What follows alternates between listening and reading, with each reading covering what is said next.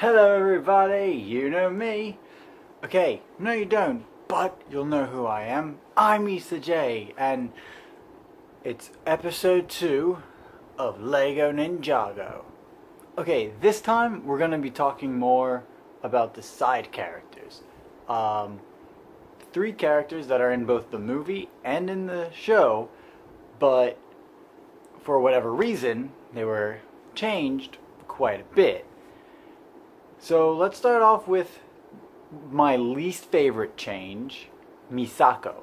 Misako is the wife of Lord Garmadon and the mother of Lloyd Garmadon. And they changed her name completely in the movie. In the movie, she's called Coco, and that just feels like a pandering thing. When they said that it was her name, all I could think was like, that's not Lloyd's mom's name. What's going on? That's so ridiculous. And I had to actually go on my phone and look it up in the theater, which was very distracting. And when I found out that the mom's name is actually Misako, it just felt like they changed it just for the kids. And that's upsetting, because kids can learn and know Japanese names. There's a bunch of kids who watch anime nowadays that the anime leaves the Japanese names in. So that was really upsetting. The difference, other than the name, would have to be in the show. She's a lot more of a narrative character. She actually does a lot more than what they do than what she does in the movie, which is just a glorified extra. And yeah, if I had to rate that change, it's an F. That was one of my 2 least favorite. And there's one other, but that's for another video. The next one is going to be Nia. And I know that she's one of the main ninjas on Lloyd's team. But, and here's a spoiler alert, in the first few seasons of the show, she's not. She's known as the samurai, but she doesn't have any ninja powers. She doesn't have any kind of anything, really. She's just a help to the ninja. She doesn't become a ninja until way later into the show. So if you're watching the show and you haven't gotten to at least season 5, that's going to be a massive spoiler for you. Also, everything about her is different. All the way from her personality to what she actually contributes. And in the show, she contributes a lot more. I remember one episode in season 4, she actually goes undercover just to try to help out the ninja to get them free from the situation that they're in. It's crazy that you would devalue a character so much by just putting her, here's some spoilers for you, and we're just gonna make her not that important.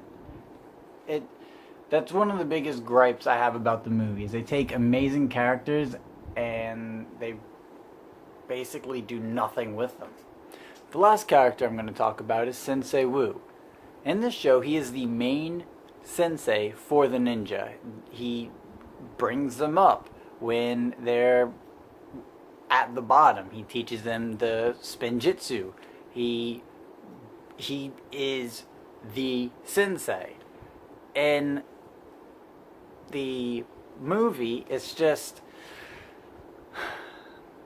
he doesn't do much except give a little bit of lessons here and there, have some funny little one-liners, but other than that, you could have replaced him with any other character, it felt like, for the movie.